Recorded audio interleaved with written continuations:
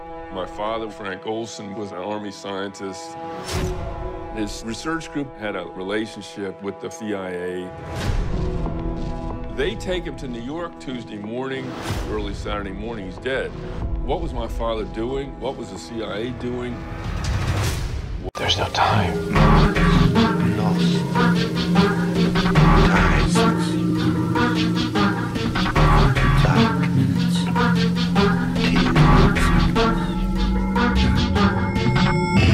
The time is 13 o'clock.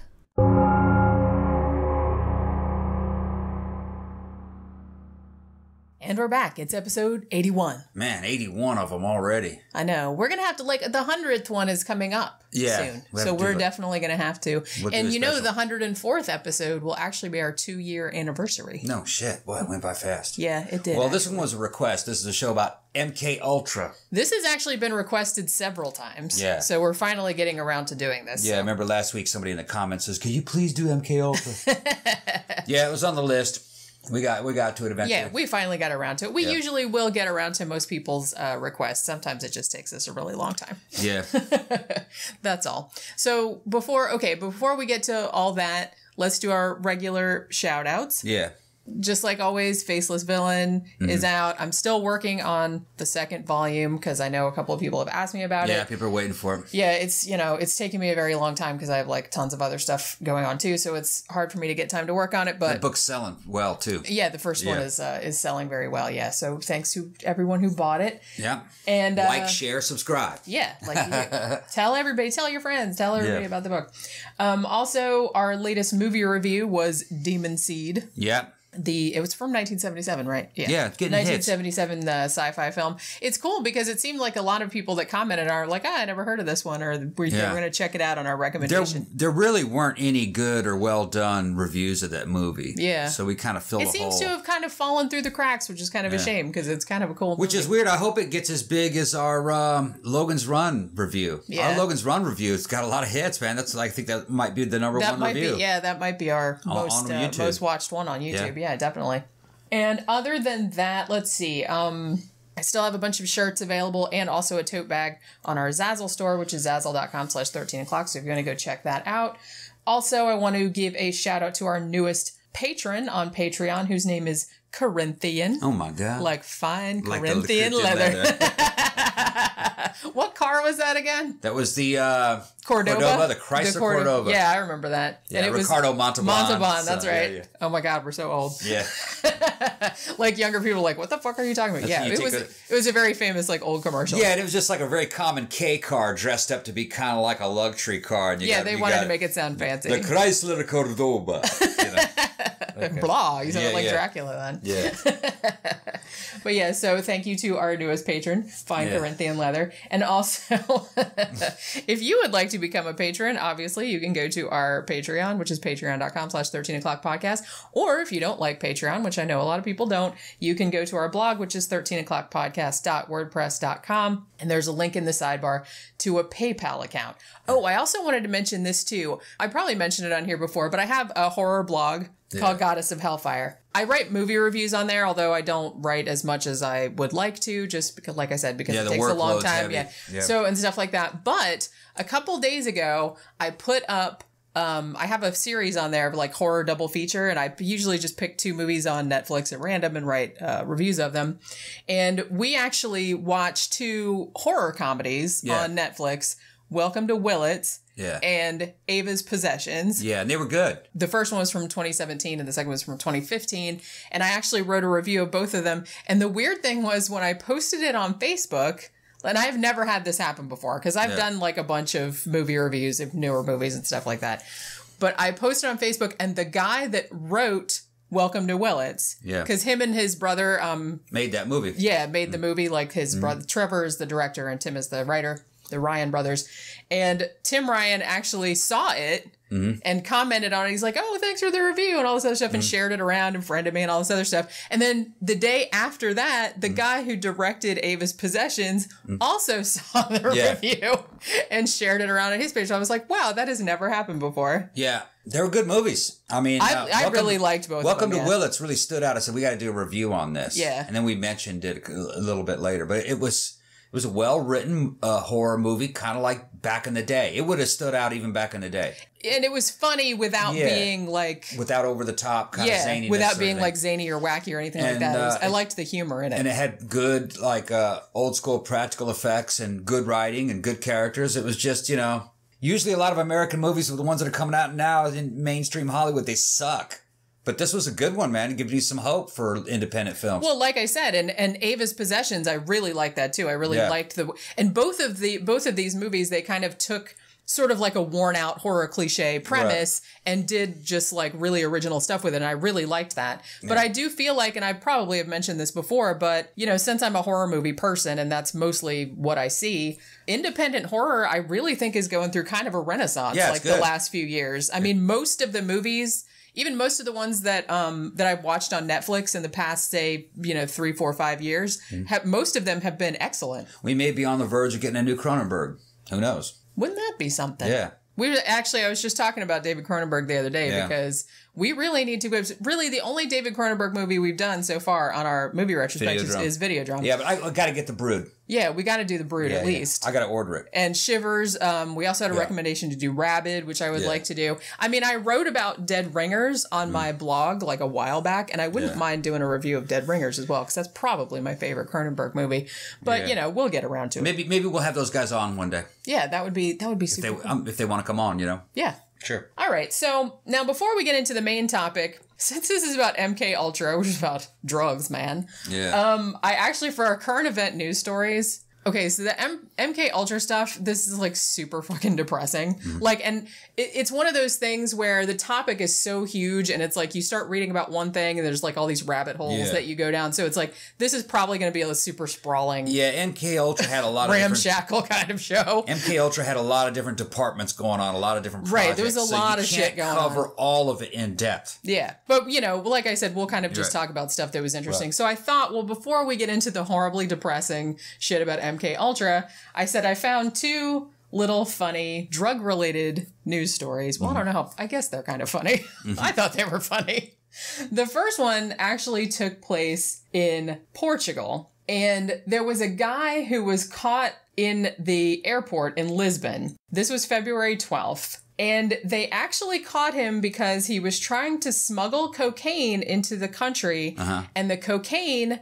he was carrying it in a fake ass. Like he had a fake ass on. Right. Yeah. And the pictures there, because there are pictures, and I'll put them in the YouTube video of just like this guy's. I don't know if these were his underwear or if it was his shorts, because it looked like a kind of a bathing suit, like a tropical kind of thing. Yeah. And he just had these 2 little like butt cheeks. Yeah, walking around with diaper ass. Yeah, and the funniest thing was Kim that Kardashian style diaper bottom. Yeah, like where I got this news story from. Yeah.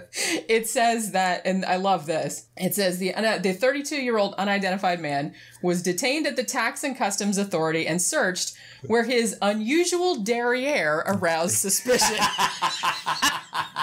Like, look at that dude's lumpy ass. That's funny. Well, the interesting thing, and actually I didn't really know this, but in Portugal, I guess drug use and drug possession is decriminalized. Okay, yeah. However, trafficking and smuggling drugs into the country is still illegal. Right. So, you know, so this guy actually did get in trouble. But I was like, you know, props to you, man, for trying to like smuggle drugs in a fake ass. Yeah. Got greedy. Had too much in there. It was 2 pounds. 2 pounds? Which I thought it sounded like a lot, but when you see the picture, it's like, well, that's actually not Maybe it wasn't moving right. That's what somebody must have been. Maybe they had a... You know, they did the wise thing and they hired like some gay security guards there, and he's going, that isn't moving right. That ass isn't moving right. Right. That's the implication. The implication being that the guards would have to be like checking out people's asses, of course, in order to notice that dude's ass looked kind of weirdly lumpy. Hey, when I went through security coming back from New Orleans, I was kind of suspicious of the guy that was patting me down. I was kind of suspicious. I was like, this is kind of taking a long time, man. Are you enjoying yourself down there? Yeah. Because they have to wipe. They have to do this wipe from right to left. You know what I mean? Yeah. It's like, I'm right-handed. It's going with the flow. Never mind. Yeah, you were not smuggling any drugs in a fake ass. No, not that I know of. Nope. And okay, so this other story, I guess is kind of funny, but not. This happened on Valentine's Day, and there was actually a daycare center.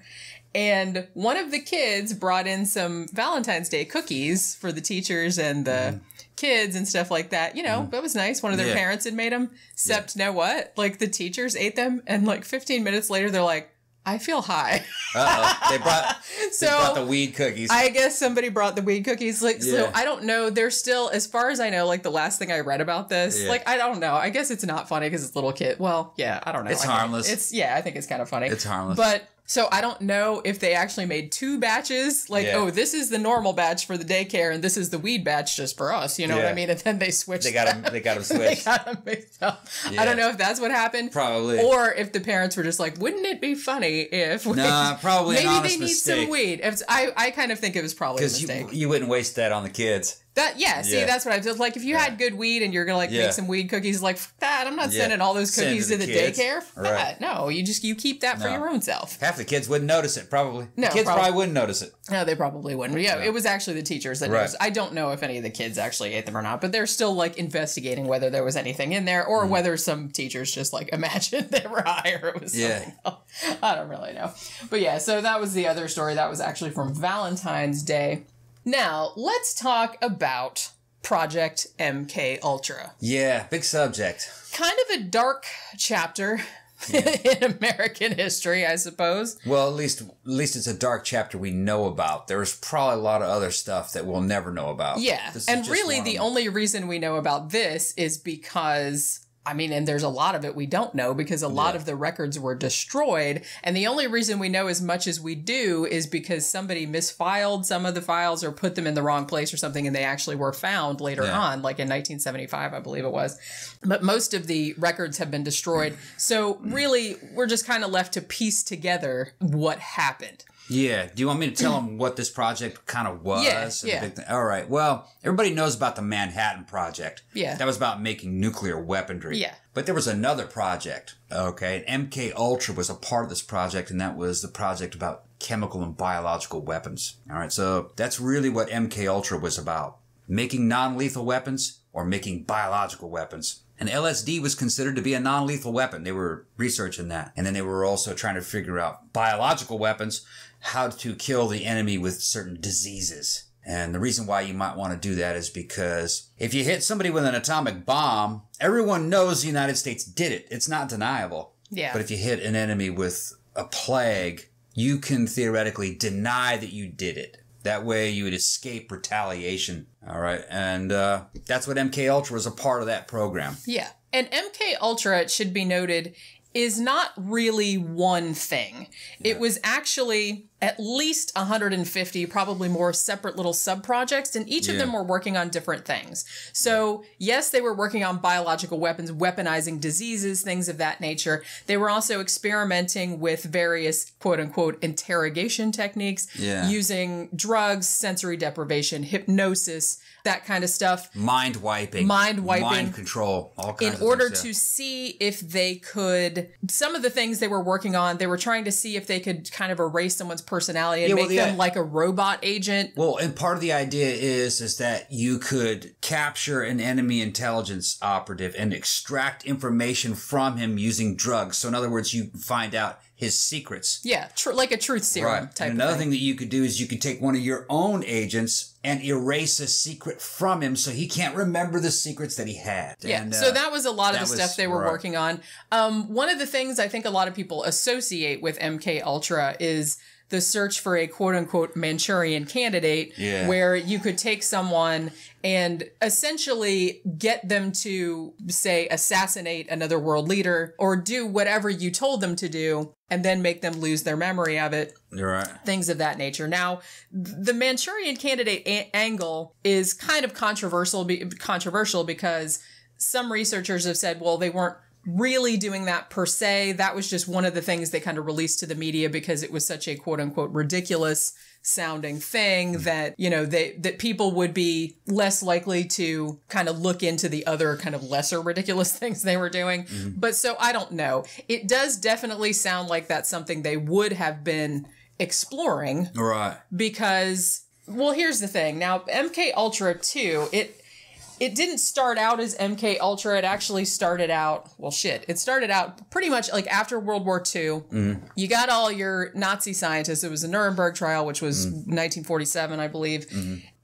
One of the ironic things to me is that so after the Nuremberg trial, and everybody in the world is obviously horrified by these Nazi scientists that were doing these experiments on concentration camp prisoners and things like that. And oh, it was so horrible and anything like that. But really, it was only a couple years later that the U.S. were like, yeah, we're going to get in on that shit. Well, sure. It was like part of Operation Paperclip was to steal all Nazi information and technology. Well, and about 1,500... Even the bad stuff. Yeah, about 1,500 Nazi scientists were brought to the U.S. after and put in various research positions. And yeah, that was called Operation Paperclip because they wanted that knowledge, all of this horrible, unethical experimentation they had done. Yeah, and you didn't want the data from that all those unethical experimentations to go to waste. People died for that. Yeah. In other words, those innocent victims died. I'm sure that's how they thought of it. They're like, well, they're dead already, so might as well. Yeah, why make their sacrifice in vain? Let's at least get the data from that so it never has to happen again. That's one way to look at it. Yeah. Yeah, I guess you're right. And like I said, I'm sure that's probably how they approached it also. Yeah, they were practical back then. Another thing we have, I would like to back up and we'll talk a little bit about the CIA, all right? MKUltra and CIA, of course, it was a CIA program. When your average civilian thinks of the CIA, they think of a spy. But, guys from military and government backgrounds, like, I had family, I'm ex-military and I have family in the State Department, federal government. CIA are not really spies. We think of them as spooks. Yeah. And a spook lies, distorts, and obscures the truth. He does this to the American people and to enemy civilians and enemy governments. That's really what they do a lot of the times. Yeah. And so MKUltra and mind-altering drugs can really possibly help a spook agency get some of this done. Like they use a lot of distraction, ninja skills, basically, and a lot of it has to do with manipulating headlines and obscuring what actually happened, that type of deal. Which they're still doing on this case. They still do it. And it's still doing it about this particular. All this stuff about how dare you question the intelligence communities. If you know the truth, the intelligence agencies are there to find out the truth and then lie about it. Yeah. And to hide the truth. So... no, never trust an intelligence agents. Never trust intelligence agencies. Yeah. So, okay, what probably the root of MKUltra, other than Operation Paperclip and the Nazi scientists that came here and the results of their research, was Project Artichoke, which was actually, that was more soldiers who were being used to test. They sort of had consent from the soldiers, like they knew they were being experimented on, but in a lot of cases they were not told the entire truth. They were told, well, you're going to be testing gas masks or this various equipment. Yeah, go on. I remember that I saw the films of this, the videos of these guys. It's kind of funny. Right. So what happened, like I said, these guys, most of the shit about MKUltra that people are horrified by is that they experimented on people who didn't know they were being experimented on. Although in Artichoke, soldiers did know they were being experimented on, but they didn't really know what it was, what exactly they were being given. They were told, well, you're going to test all these gas masks, you're going to test this equipment and stuff like that. And then they would put gas masks on them or this various equipment on them, and then they would dose them with nerve agents, mustard gas, sarin gas, all kind of things like that. Now, the problem here is that, yes, they knew they were being experimented on. Yes, they probably. Now, some of them did try to sue later on. It was like a class action lawsuit. And I think they were given a payoff, but in general, around 1950, there was actually a Supreme Court case. I think it was called Ferris versus United States or something like that, where they basically said, look, if you're in the military and they experiment on you or you get hurt somehow, like in the course of the military operations, then you're shit out of luck. You can't sue, you can't do anything like that. So that's kind of what ended up happening to a lot of them, even though a lot of them had lingering effects, obviously, from all of these gases and stuff they were sprayed with. They were also given LSD and various drugs and stuff like that. And there are actually, if you look on YouTube, there's some documentaries about it, and they have film of these soldiers that have been given LSD, and then they're given tasks. Like they're saying, okay, well, run this obstacle course or put this rifle together. And I'm not sure exactly what the dosage of it was. Must have been pretty high. It must have been pretty high, though, because especially I felt bad for the one dude that they gave a bunch of LSD to. They sat him at a table and they said, put this rifle together. And he just like looked at them like he had no fucking idea who he was or what was going on or anything. What I like is where they're interviewing the soldier and he's standing there at parade rest and behind him is part of an obstacle course. And it's one with the telephone poles and you have to climb it like a ladder. Yeah. And it kind of goes up in a gentle slope and then goes down.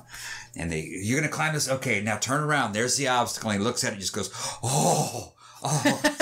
What's wrong, man? You can't do it? Oh. To him, it must look like it's 2 miles high, you know? I know. Like, I'd be curious as to, like, what he was seeing. It was, like, freaking giant and it was, like, all the way up into space and shit. Now, some people might want to know, why the hell would you ever want to consider LSD as some kind of a non-lethal weapon or why would you want to weaponize that? It's a very simple reason. Most drugs have an overdose point, all right? And if you're delivering a drug to a certain area, it's extremely difficult to deliver in a proper concentrations to where it will be effective on the target and not OD the person. Now, usually they're delivering it with some kind of an aerosol spray out of a helicopter or an aircraft or maybe a mortar round or an artillery shell that blows up in the air. Well, with LSD, there isn't an overdose point. So the normal method of delivery, which is like a crop dusting plane, you can use that. It doesn't matter if somebody gets a really strong dose of it, it won't kill them. So that's what they were talking about. They wanted to know what the effects of this would be if weaponized. You know, what would it do on, say, a city? What would it do on a big division of troops or a small unit like a platoon? What are the battlefield effects? That's what they wanted to know. And then they also wanted to know how good was it for interrogation? How good is it for wiping memories away? You know, could you persuade someone under the effects of LSD to see things your way? That type of stuff. Because they did that as well when some of the soldiers that were given LSD, then they would put them in an interrogation room, shine bright lights in their face, and, you know, ask them all these different probing questions and stuff like that just to see what the effect of it would be. Now, like I said, and we were talking about this yesterday, I was like, I can totally understand why this kind of research would need to be done because, I mean, if quote unquote enemy governments or enemy armies or something like that are going to be using this on your guys, you have to know what it is, what it does, all this other kind of shit. And it was very attractive because chemically it's safe. Yeah. It's safe. Now, somebody might freak out and jump out a window. Right, which has happened. That's happened. But chemically it's safe. Right. Like it won't kill you, the chemical itself. Yeah. You might hurt yourself because your thinking was confused, but they wanted to know. Yeah. They wanted to know, could they use this? Now, Project MKUltra under that name, because as I said, there was Artichoke before that, there was Bluebird before that. It actually didn't become officially MKUltra until about April of 1953. It's interesting because it kind of got a lot of funding because a few months after it started, there was an incident during the Korean War where several American servicemen were captured by the Koreans, and they admitted or they confessed that they had dropped biological weapons on Korea, which, you know, so what ended up happening there was that the government started to, I mean, when they got the American servicemen back, they put them through their own interrogation. They, you know, put them out in public, and in public, the servicemen said, you know, we were brainwashed by the Koreans. They told us to say that.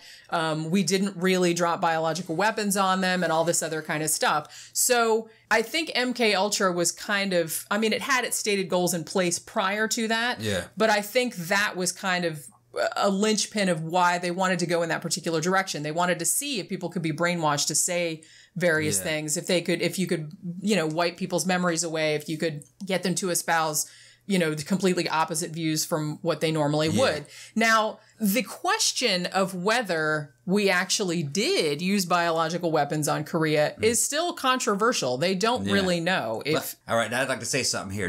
In case there are people in the audience that don't know who I am. I actually was served for 1 year on the DMZ in Korea. During the first Gulf War. I was stationed at a place called Camp Greaves. Camp Greaves is now like a museum. They take tourists to it. It's right outside the DMZ. And when we were in the DMZ, did the mission, it was at Guard Post Collier. Now, some of the old-time vets probably know exactly what I'm talking about. So I used to see North Koreans, you know, and I had friends that worked at JSA where they hold the talks.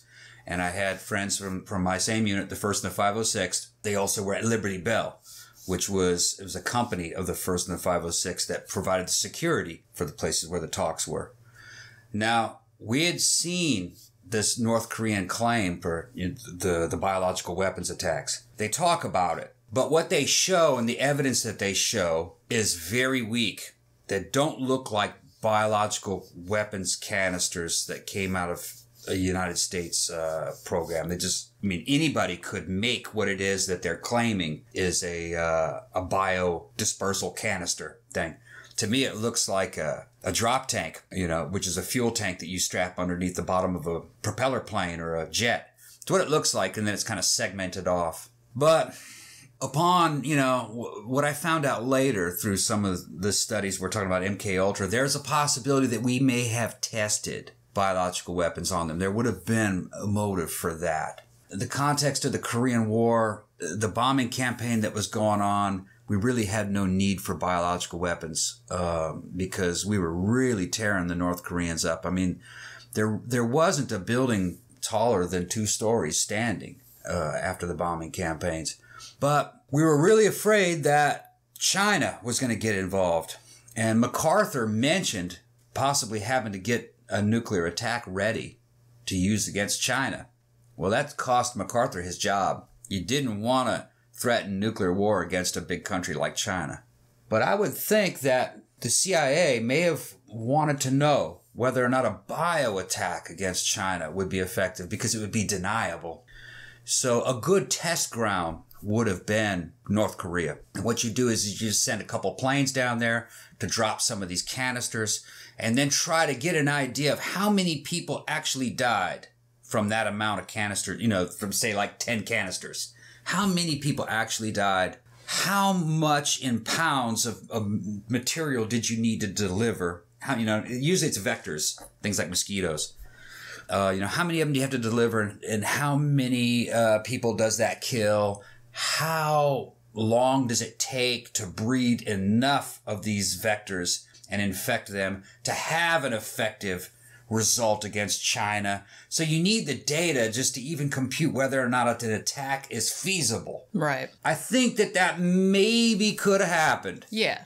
In North Korea. So we're saying that if it did happen, then those American servicemen had not necessarily been brainwashed. They might not have been the actual guys who dropped it. Right. But the Koreans could have said, you know, other guys did it. We captured you, so you say that you did it because we know that you did it. Right.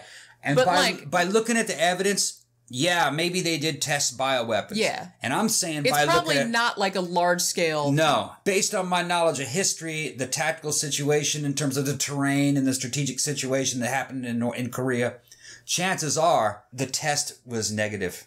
In other words, the test probably didn't have any effective results. It's really hard to spread a disease the way they tried to spread it back then through vectors. And they did a lot of experiments like that. So they probably dropped... I don't know if you guys know, but they did. They probably what ended up happening in reality is they dropped some of these canisters. They weren't sure if people died or not. Right. Okay. And the North Koreans probably said, yeah, we think some people died in this area. Because there was bombings and stuff going on. Yeah. We know some people over there that got sick and died. Well, was that from this attack? We don't know. So that's probably, it's very inconclusive. Yeah. And I feel like that's probably what happened. But because of that incident, you know, the CIA got more involved in, you know, trying to see, can we brainwash people? Can we do this and that and the other? Like I said, it wasn't just drugs. It was other things. Yeah.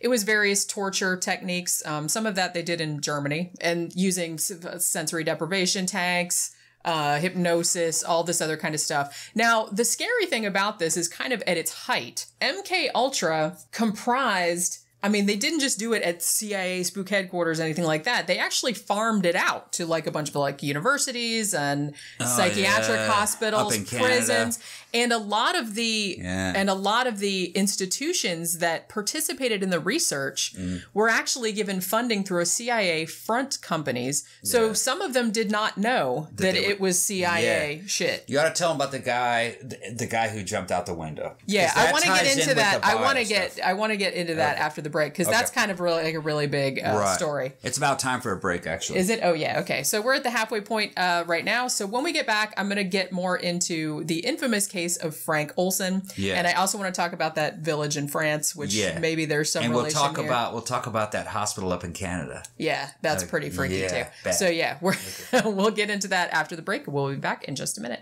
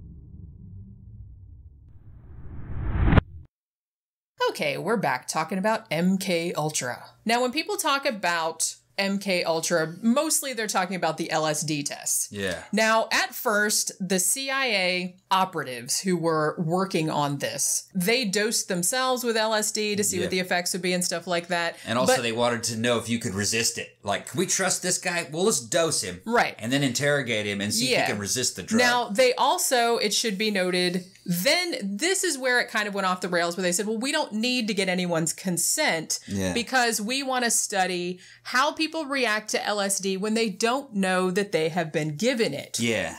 So they would set up, say, a brothel, and they would have these Johns come in that were just like random ass people. Mm-hmm. They would set up cameras behind one-way mirrors. They would have the prostitutes give these people LSD, and then they would watch their reactions or film their reactions. Right. Now, they filmed them so they would have blackmail material later on, so the guy can't be like, hey, you gave me LSD, what the fuck, man? Or something. And they'd be like, yeah, well, we have this of you having sex with a prostitute, and you probably don't want anybody to know about that. Right. So they would do that kind of shit. Right. They also targeted vulnerable populations, gay men, prisoners, psychiatric patients, things like that, with these various drug studies, with these various weird hypnosis, psychological breakdown type things. They did that kind of stuff. And a lot of times the people had no idea what was going on. Yeah. The CIA agents would also dose each other with LSD without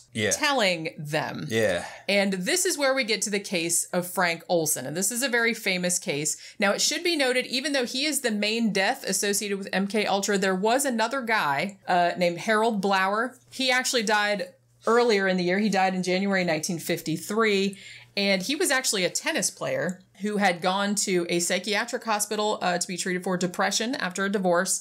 And he was unwittingly subjected to various drugs and things like that under the auspices of the MKUltra program, and he ended up dying. Yeah. So I just wanted to give him a shout out because I feel like he kind of gets forgotten about. I mean, because Frank Olson is kind of a lot more Let me clarify something, though. Some people might be wondering, why the hell would a CIA agent dose one of his own kind without telling him? And it makes sense if you're a spook. Spooks know stuff that they're not supposed to tell. Yeah. All right. And you might want to test another one of your guys by dosing him up and trying to get him to talk about what it is he knows. If he talks, you know you can't trust him under the effects of LSD. Another thing that it does is it keeps these guys very wary of the effects of drugs, so they can recognize when they're under the effect of drugs and fight it. So in other words, they're building up a drug resistance. Yeah. That way an enemy spook can't dose them and get anything out of them because their friends have already dosed them and tried to get shit out of them. They're you know, they go, oh, I know this. Yeah, I'm tripping. I know. Yeah. I know what tripping's all about. That's basically what it is. And back in those days, tripping was an edgy thing. You know, people didn't know much about tripping until later. It's funny because LSD really only seeped into the counterculture because of the CIA. Because of these guys, yeah. Because, I mean, it had been invented in a lab, LSD, obviously, and then it was brought to the CIA as like, hey, maybe we can use this as a truth serum or like to confuse people or wipe their memories or whatever. Tripping was new territory back then. And then later, people like Ken Kesey and stuff like that liked, who had volunteered for LSD tests. He ended up liking the effects of it so much, like the mind-expanding side effects of it, that he actually kind of brought it to the counterculture, the wider counterculture. Yeah. So actually the CIA are probably responsible for that whole LSD tripping hippie thing. Okay, so let's take it to the Window Man. Tell us about Window Man. All right, so Frank Olson. Now, if you have seen the Netflix miniseries Wormwood. Yeah, see it. Watch it. It's actually very good. Real good. It's they call it a docudrama. It's mostly a documentary. There's interviews with all the people involved, but there are also reenactments. I can't say much about. I can't recommend Wormwood highly enough. It is very good. Yeah, go see that. Go see that one. It's right Peter there on Sarsgaard Netflix. is in it. He plays really Frank Olson, but then there's also interviews. You'll learn all about old school spooks. Yeah. Yeah. And it is very, I wanted to see, because I watched a bunch of different, I read a bunch of stuff about it and I watched a bunch of different documentaries about it to see how accurate Wormwood was to the facts. And it seems like pretty fairly accurate. Yeah. So Frank Olson was actually a U.S. Army captain. He was also a biochemist. There you go. Bing. Yeah. Now, he had been working on weaponizing various biological agents, particularly anthrax. He was actually working on aerosolizing anthrax. In other words, taking anthrax, putting it into an aerosol form so you can spray it out of a crop dusting military plane or helicopter. That's now, it should be noted that I can't remember what year it was, but actually on a documentary about Frank Olson that I saw, his colleague who had worked on the whole anthrax thing with him said, we actually tested. I mean, there's a lot of other tests too, but one of the most famous ones, they actually sprayed a biological agent that was similar to anthrax on San Francisco. Yeah, to see if it would spread.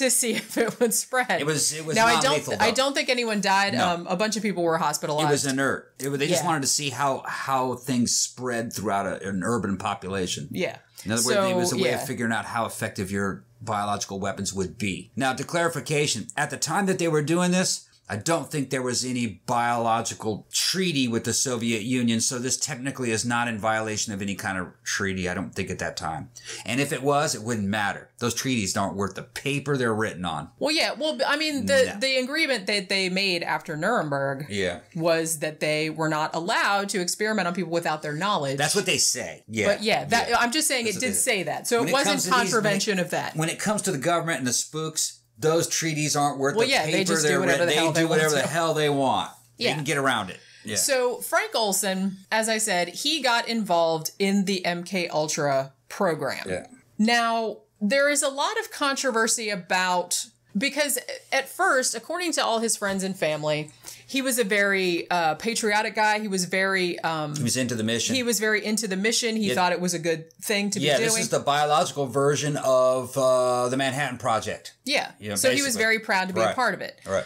But at some point, he seems to have started to develop moral quandaries about the work that the CIA were embarking on. Yeah, he's watching. Particularly how they're experimenting on people who don't know they're being experimented on. That, and he was watching a bunch of monkeys die. They were Yeah. killing monkeys. A lot of monkeys. It was bothering him. Yeah, that was starting to bother him, and it was also starting to bother him that they were starting to experiment on vulnerable populations without telling them what was going on. So it was starting to bother him, and apparently he was he wasn't afraid of speaking his mind, let's say. So in 1953, he was invited to a retreat at a place called Deep Creek Lake. While at this retreat, allegedly, he was given LSD without knowing about it. It was put in his Cointreau. Dosed. He was dosed. Dosed. In the common parlance. Yeah. Any club kid should know. Now, 9 days after this get-together, he jumped, fell, or was pushed. Or thrown. Yeah. Out of a 13th floor hotel window in New York City. Yeah, and then it was made to look normal. Yeah.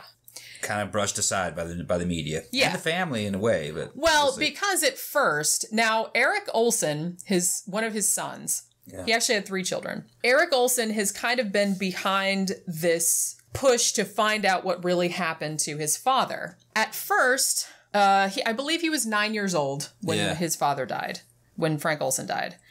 And at first they said it was an accident. Right. Which Eric Olson has said, he's like initially, immediately, even though I was only 9 years old, was like, how do you accidentally fall out of a window? Or are you accidentally jumping out of a window? Yeah, in the middle of the night. Yeah. It seemed kind of strange. But then they said, well, no, it was a suicide. Right. Which in a way sounded a little more plausible because he had been having doubts. He had actually expressed to his superiors that he wanted to quit. Yeah, they wanted to send him to a psychiatrist. Yeah, they had actually sent him to a psychiatrist. Yeah. And he had actually told his wife as well as his brother-in-law that he's like, I want to get out of this. I want to go be a dentist or something like that. I can't really take it anymore. Apparently he had found out too much information and he just couldn't handle it. So he wanted to get out. So the fact that he could have committed suicide was maybe plausible. Yeah, maybe he did. Based on the programs and everything that we saw and learned through this, I think I know what the deal was with that. And I pretty much agree with what they show in Wormwood. Yeah. But I have a slightly different perspective of it because I know the terrain. I know where it is they're talking about it, in Korea. I don't know. Do you want to tell them or? Well, what I was going to say, what ended up happening, because really the shit about MKUltra didn't come out until 1975. Yeah. And actually, because of Watergate in 1973, the stink surrounding that, the guy who was in charge of the CIA at the time, Helms, he actually destroyed most of the MKUltra documents because he was afraid, we're all going to get in fucking trouble. Right. But he forgot a bunch of them. So the ones that came out afterwards suggested that maybe there was more to Frank Olson's death. Maybe there was more going on with this MKUltra shit that they didn't want anybody to know.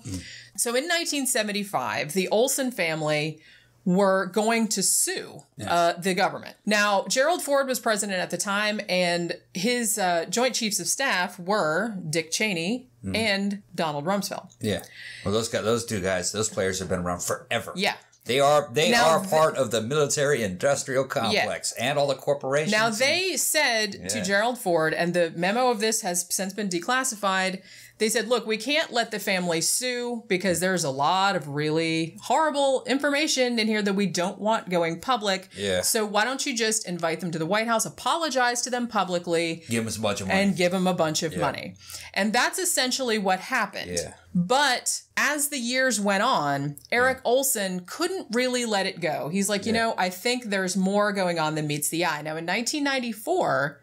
he had the body of his father exhumed. Yeah. And there was another autopsy done. Now, what this autopsy seems to suggest is that Frank Olson was hit on the head, probably knocked unconscious, before he was thrown out of the window. Yeah, he was killed. He was executed. So we're kind of thinking, and Eric Olson is definitely kind of thinking that the CIA straight up murdered Frank Olson. It was an execution. It does generally seem like that. What seems like happened based on the evidence is that he was in there in this Manhattan-style project Okay, they're making bioweapons. And the idea, you know, the main mission of these bioweapons is that you can use them against an enemy clandestinely, covertly, and it's deniable. Thing is that bioweapons don't really work that way. The really good bioweapons that are effective, they're impossible to deny. You know your enemy did that. You go, oh, this is anthrax. You have to drop this. It's not really a disease. It's little spores. Yeah. Or, okay, this is like a weaponized bubonic plague. So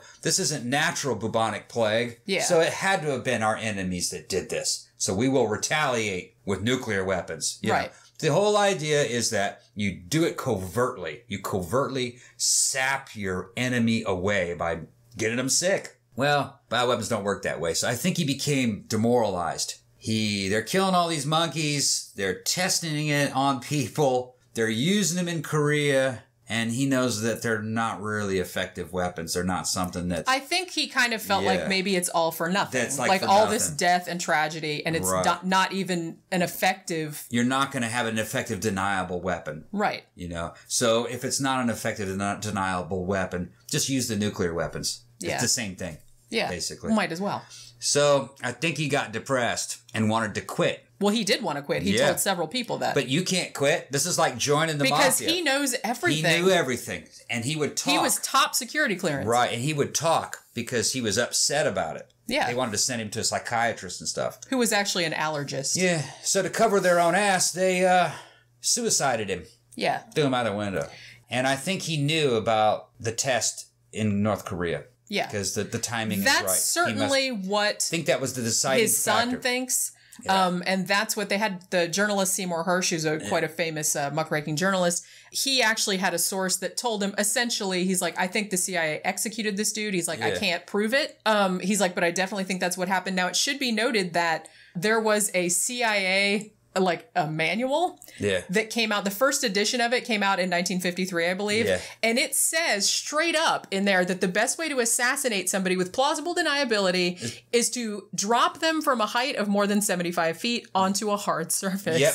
And then act like it's a suicide. Yeah, and then you become a witness. Yeah, to say that you're just a witness. Right, and then they can't prosecute you. It's like straight out of the book. But I think what happened was that he heard about the test or knew about the test or took part in the test in North Korea, even though I think that the results of the test were probably inconclusive. Right. Probably. And I don't think many people died from it. Well, like you said, that might have been part of him being like disheartened about it. Yeah. Because it's like, you know, not only did we do this, but it didn't even work. It didn't even work. Right. You know, it wasn't even I'm useful. Sure some people died, but probably not.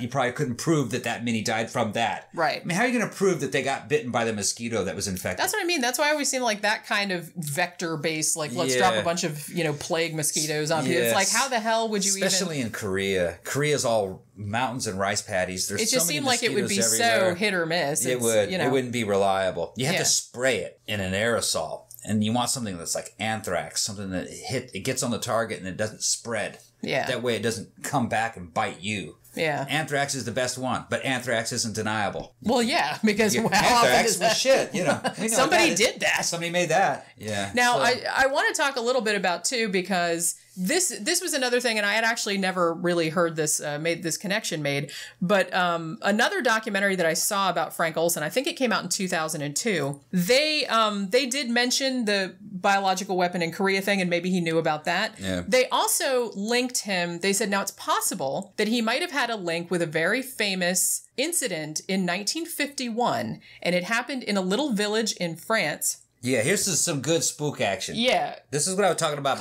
lying and deception. Yeah, called Pont Saint-Esprit. Yeah. And it was a pretty small town. In 1951, apparently a whole bunch of people in the town went nuts all at once. Yeah. Now, it ended up, I think 300 people were poisoned. 50 of them had to be put in psychiatric hospitals, 7 deaths. Yeah. One of the men jumped out a window saying that he was a dragonfly. Awesome. And shit like that. Now, good shit. Yeah, I guess it was. Not for him. Yeah, no. Now, the official story for this, because they did eventually trace the poison back to the town's bakery. And they said now everybody that was poisoned had eaten bread from this particular bakery. Rye ergot. So at first they thought it was rye ergot. Yeah. However, the effects of the drug as described by the witnesses a lot of people started to think that this was LSD or some type of LSD drug, and that this was a spook operation. Yeah. And that Frank Olson might have known about this. He might not have been there. He demonstrably was in Europe, like according to his passport and stuff like that, around the time that happened, because he went back and forth. There were some experiments in Germany going on as well, which actually, he actually did see some shit that went on in Germany at Camp King. Yeah. Some interrogation techniques and stuff like that. And when he came back, he said, I mean, he basically was like, he saw some shit. I think that was kind of the beginning of the end, like where he's like, I don't want to do this anymore. He's like, I saw people die. I saw like all the horrible things they were doing to these people that were supposedly communist sympathizers, you know, double agents, that kind of thing. And he's like, just the shit they did to these people. It was just horrible. But getting back to the French bakery. Yeah. That's a perfect place for a spook to dose. You go in there, you sneak in through the back of the bakery, or you hire somebody to drop something into the dough. And and everybody gets dosed in a town. You get to, not everybody, but a lot of people. Everybody that ate the bread. Yeah, everybody gets the bread, gets dosed in the town, and you can study the effects. What's it like to spray a bunch of aerosolized LSD on a town? What does it do? You know, do the people do nothing, or how many of them die? How many of them hurt themselves? How many of them just, you know, no effect? So that's probably what they wanted to know. And of course, Rye Ergot and the bakery is the cover story. Oh, it wasn't us. Yeah. It was just Rye Ergot, you know. Because that does, moldy bread. Yeah, because that has happened before. Yeah, it's happened. I mean, that does have a similar effect. They say that was intensely strong, and I don't think that was some kind of a, you know, that sounded like a synthetic, you know. It definitely did. Now, they were somehow able to determine that the baker himself was not responsible, because at first they were like, oh, the baker poisoned everybody just for shits and giggles or something like that, but they were somehow, it wasn't him. So there is some speculation that might have been a CIA operation, because, as I said, they actually did do similar things in the United States also. There are an alarming amount of shit that they did like that. Obscure, and you know, they obscure and they subvert. You know, they get you to believe things that aren't true. Right. Yeah. Now, I also want to talk a little bit, before the end of the show, I want to talk a little bit about Dr. Cameron in Canada and a little bit of his research. Now, apparently, he was doing all this kind of shit with memory wiping and stuff like that under the auspices of the CIA, but CIA memos that have been declassified suggest that he didn't know that he was working for the CIA. But his thing was, he did something called psychic driving. He also worked on something called depatterning, which he actually, it sounds pretty sinister.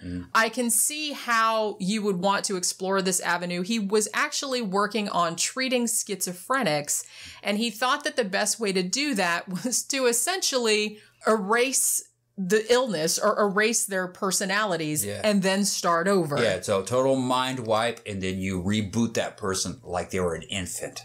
Yeah. Ain't that some shit? So, it's a little extreme. Yeah, and how they do it is bad. Now, there was one woman who has been interviewed on several documentaries. Yeah. Now, evidently, she went to see him to be treated for postpartum depression. It's a very common, very simple thing. And evidently, they thought she would make a good subject for this research. Mind wipe, And they pretty much erased her personality. Yeah.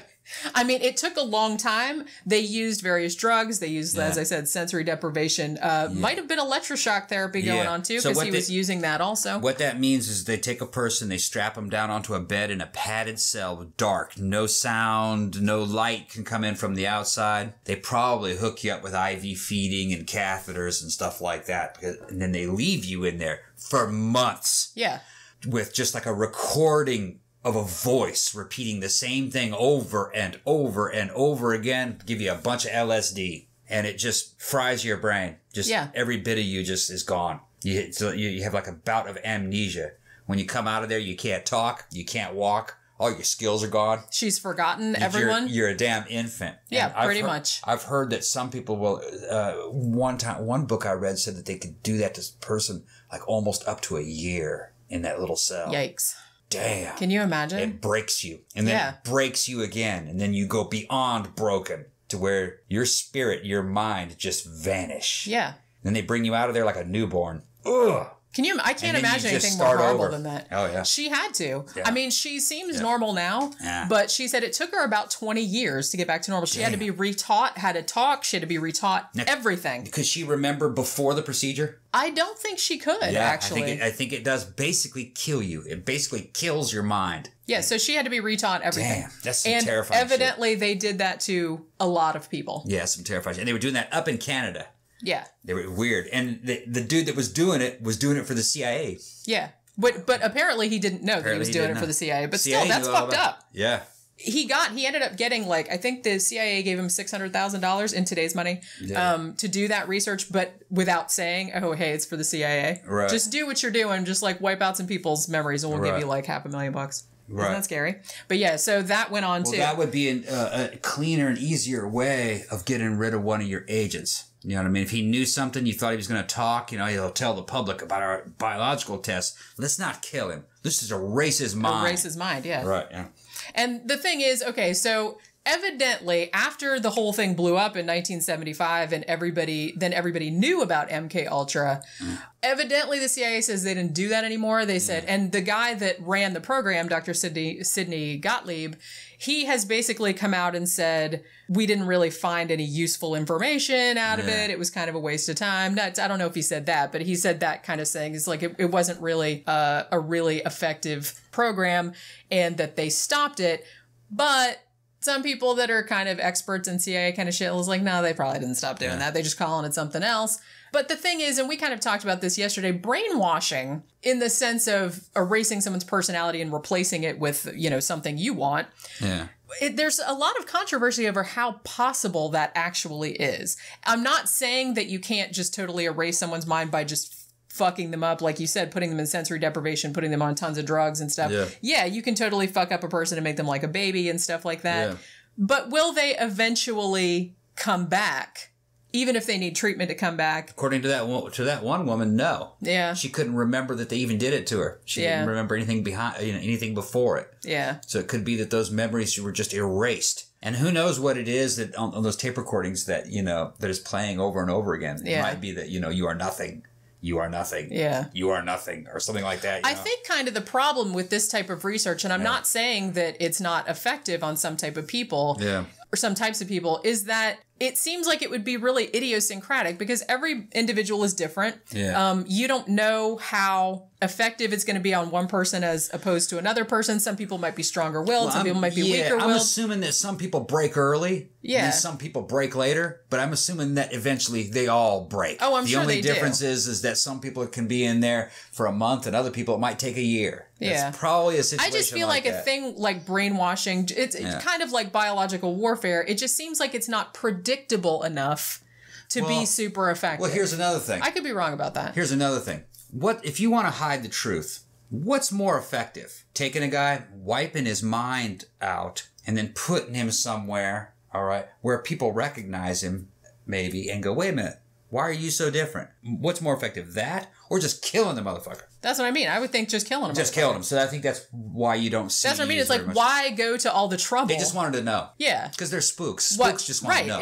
They do. True. Maybe there was a situation where they wanted to know because there were certain individual people they didn't want dead. But they didn't want them talking for anyone. Right. So yeah, because like you said, that's an option. It seems like a lot of trouble to go through months and months or years of like erasing this person's memory or reprogramming their whatever. When you could just throw them out a window like they did to Frank Olson. Yeah, and then you don't have to hide it. He jumped. Yeah, it could just be like, it was an accident or a suicide. You know what I mean? It just seems like it would be so much easier to do that. It is. So that's why they do that mostly. And on Wormwood, the Netflix show, when they were talking to Seymour Hersh, the journalist at the end, even though he wouldn't say anything definitive on camera because he's like, I'm afraid I'm going to get in trouble. I don't want my source to get in trouble. He said, all I'm going to say is that the CIA have a procedure. Yeah. For dealing with this kind of, he's basically saying straight up that they do execute people in that fashion. Well, all you got to do is just look at recent history. A lot of people, their own agents. A lot of people have jumped. A lot of people have wrecked their cars in the government. A lot of people have committed suicide in the government. Yeah. And people connected to people in the government.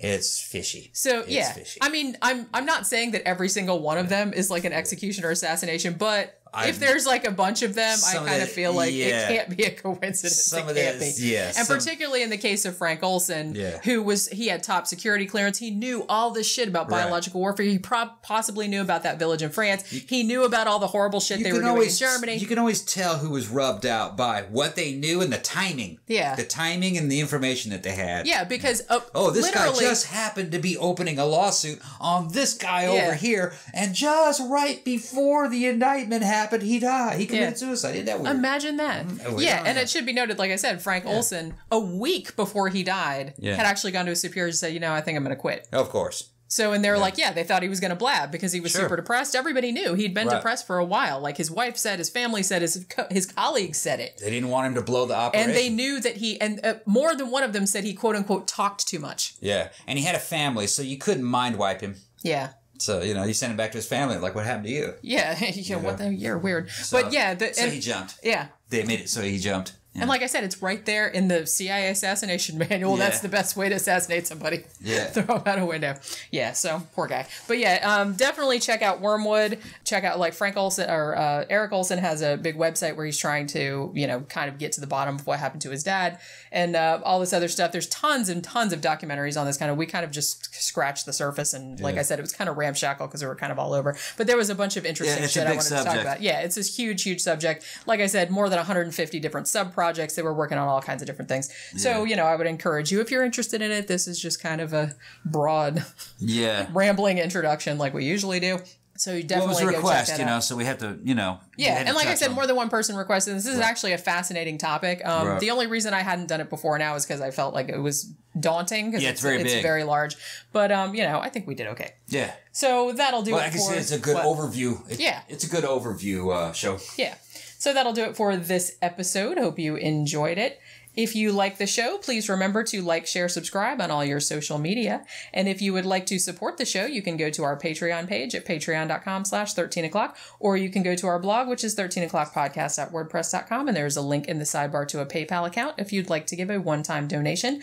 Also, remember to check out our latest movie review, which was the 1977 sci-fi horror film Demon Seed, based on a book by Dean Koontz. And if you would like some swag with our beautiful designs on it, we have t-shirts and also a tote bag at zazzle.com/13o'clock.